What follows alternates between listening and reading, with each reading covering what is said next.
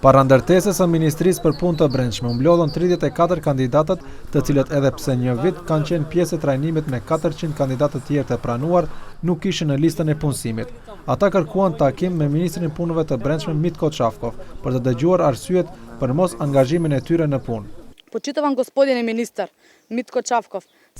I nderuari Mitko Çafkov, dua të dim cilat janë planet tuaja lidhur me ne, sepse edhe ne jemi pjesë e klasës prej 434 kandidatëve, të cilat dhanë betimin më 5 mars 2016 dhe fituam certifikat të njëjtë si kandidatët e tjerë. Dua të jemi pjesë e MPB-s, krah për krah me kolegët tanë. Bashkë kemi luftuar dhe dëshirojmë të vazhdojmë të luftojmë në interes të shtetit.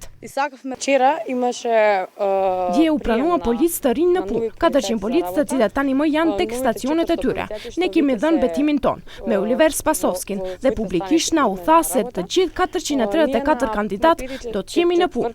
Pas disa muajve tani më jemi 2 muaj e gjysmë në shtëpi. Dje ishin të ftuar vetëm 400 kandidat. Na si kolektonë kena kri testin, mirë po nuk e di pse na pranuam. Dje kanë pas edhe ato të tjerë kanë him punë, këtë kanë vazhdu punës, neve s'na kanë thirrë. Nuk e di ku është problemi te Ministria e Financave atë Ministria e Punëve të Brendshme. Pas pritjes së gjatë, 5 prej kandidatëve kishin takime përfaqësues të policisë. Pas disa orëve, kandidatët dolën duke njoftuar mediat se nga burimet njerëzore brenda Ministrisë së Punëve të Brendshme u është thënë se momentalisht nuk ka buxhet për punësimin e tyre. Na pranua njerëz prej burimeve njerëzore. Ata na thanë se nuk qëndron problemi tek ata, por problemi është tek Ministria e Financave. Sa do të zgjidhet ky problem? Nuk treguan datë të saktë, po se 34 kandidatë tjerë do të punësohemi.